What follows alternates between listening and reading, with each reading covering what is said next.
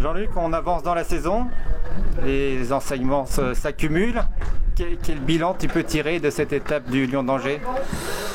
Je dirais un bon bilan. Alors je suis optimiste peut-être, mais non, un bon bilan. Bon bilan sur plusieurs aspects. Je trouve que au fur et à mesure de la saison, on voit évoluer les coupes. On a des bonnes surprises. Je trouve que les épreuves se sont bien courues, les 3 tests se sont bien passés. On avait des bonnes reprises de dressage. On a vu des bons crosses. Alors il y a eu des longues discussions sur ce cross. Parce que le Lion d'Angers, c'est souvent une course de rentrée pour pas mal de couples. On est habitué à un parcours assez, je dirais, un peu en demi-mesure volontairement. Ça, Thierry a mené cette politique pendant un bon moment.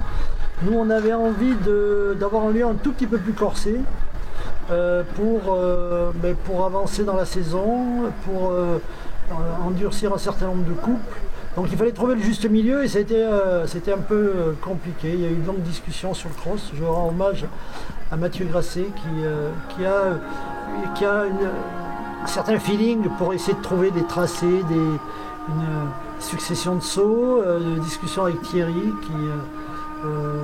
qui nous a aidé à essayer de trouver le juste milieu, Cédric, Pierre Michelet qui a aussi mis la main à la pâte. Alors je dirais qu'on a quand même eu un lot d'experts qui se sont penchés sur le problème du cross pour que ça y ait une bonne mesure. Bon, vous avez pu voir, il y avait des combinaisons en fin de tour qui étaient assez conséquentes.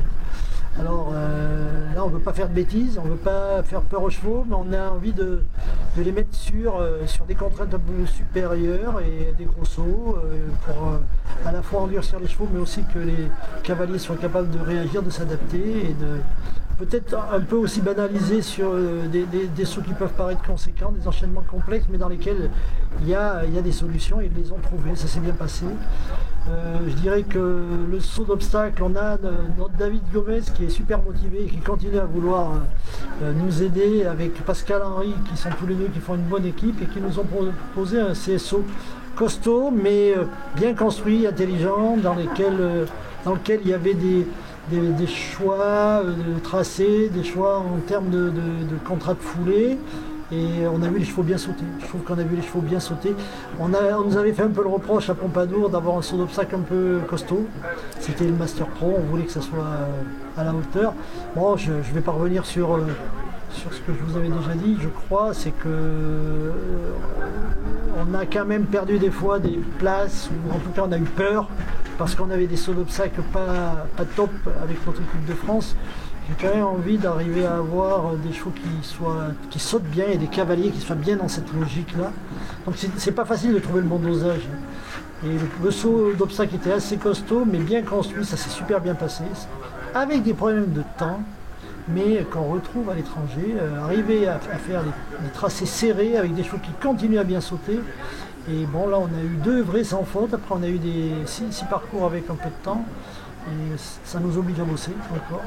Donc ça rentre dans la logique de ce Grand National qui est pour moi un circuit qui nous aide à préparer. Bien sûr, il faut que les gars soient compétitifs et cherchent à être compétitifs, à tirer leur épingle du jeu, mais en même temps, il faut que ce soit des parcours qui nous forment, qui nous aident à former les couples pour aller à l'étranger et performer. Donc voilà.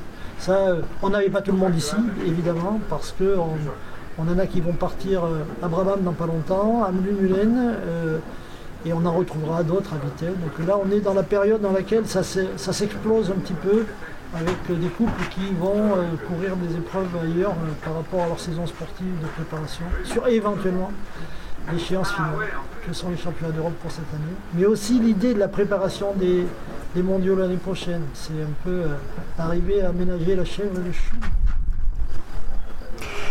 Tu as une idée, sans donner de nom forcément, mais de qui ira à Aix-la-Chapelle cette année? Oui. Alors bon, ça c'est je dis je, mais c'est nous. Vous savez, je valorise le travail d'équipe. On est quand même dans l'idée d'avoir une équipe à la fois qui soit suffisamment retaillée pour qu'on montre que la France va bien, que l'équipe de France est forte, et en même temps se dire que certains couples peuvent déjà visiter le site entre guillemets pour l'année prochaine.